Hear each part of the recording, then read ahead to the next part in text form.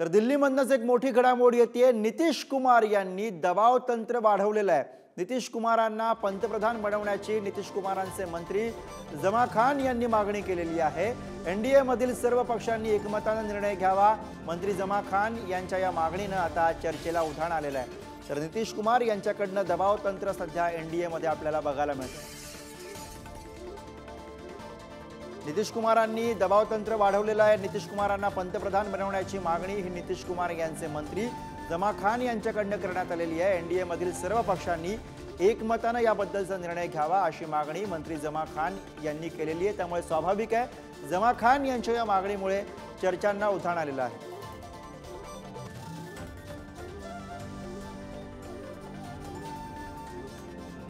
अर्थात तर या निकालानंतर नितीश कुमार यांना मोठं महत्त्व प्राप्त झालेलं आहे आणि त्यातूनच पुढे येत असलेली ही मागणी दिल्लीतनं आपले प्रतिनिधी शिवाजी काळे सध्या आपल्या सोबत आहेत। शिवाजी, खरं तर काल जे आकडे निकालाचे समोर आले त्यानंतरच नितीश कुमार असतील किंवा मग चंद्राबाबू असतील यांच्या भूमिकेला महत्त्व आलेलं आहे आणि अशातच नितीश कुमार यांच्याबाबत करण्यात आलेली जमा खान यांची मागणी।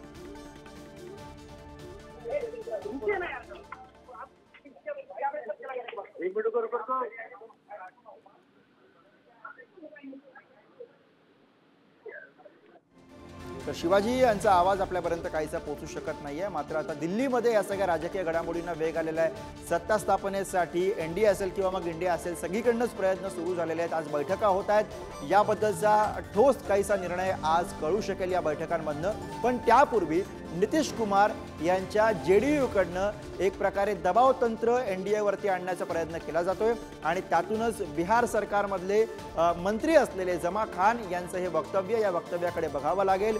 नितीश कुमार यांना पंतप्रधान करण्याची मागणी ही जेडीयूकडनं करण्यात आलेली आहे। त्यांचे मंत्री जमा खान यांनी ही मागणी केलेली आहे। त्यामुळे एक प्रकारे नितीश कुमार कुठेतरी एनडीए मध्ये दबाव तंत्र निर्माण करण्याचा प्रयत्न करतात का याची चर्चा आता दिल्लीतल्या राजकीय वर्तुळामध्ये सुरू झाली आहे।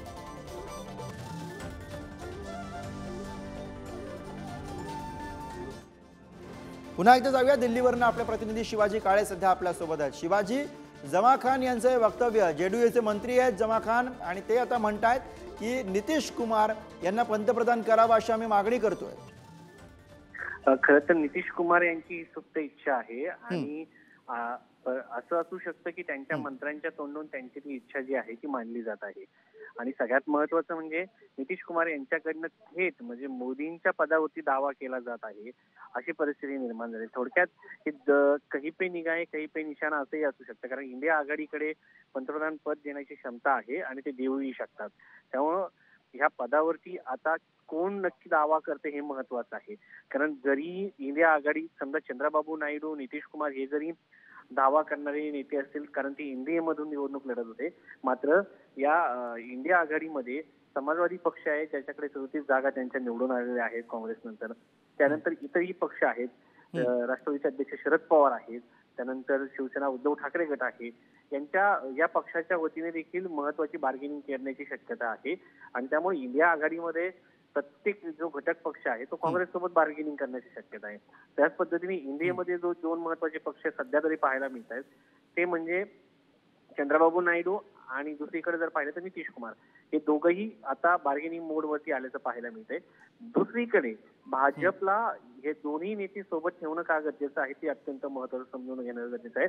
कारण जर नितीश कुमार बिहारमधून इकडे आले, इंडिया आघाडीकडे आले, तर नितीश कुमार यांचं बिहारमधलं भाजपचं सरकार पडेल, आंध्रमध्ये जे सरकार आलेलं आहे ते देखील जाण्याची शक्यता आहे। त्यामुळं दोन राज्य भाजपला गमावे लागतील। त्यामुळे भाजप या सगळ्या बाबतीमध्ये सकारात्मक दृष्ट्या विचार करण्याची शक्यता आहे।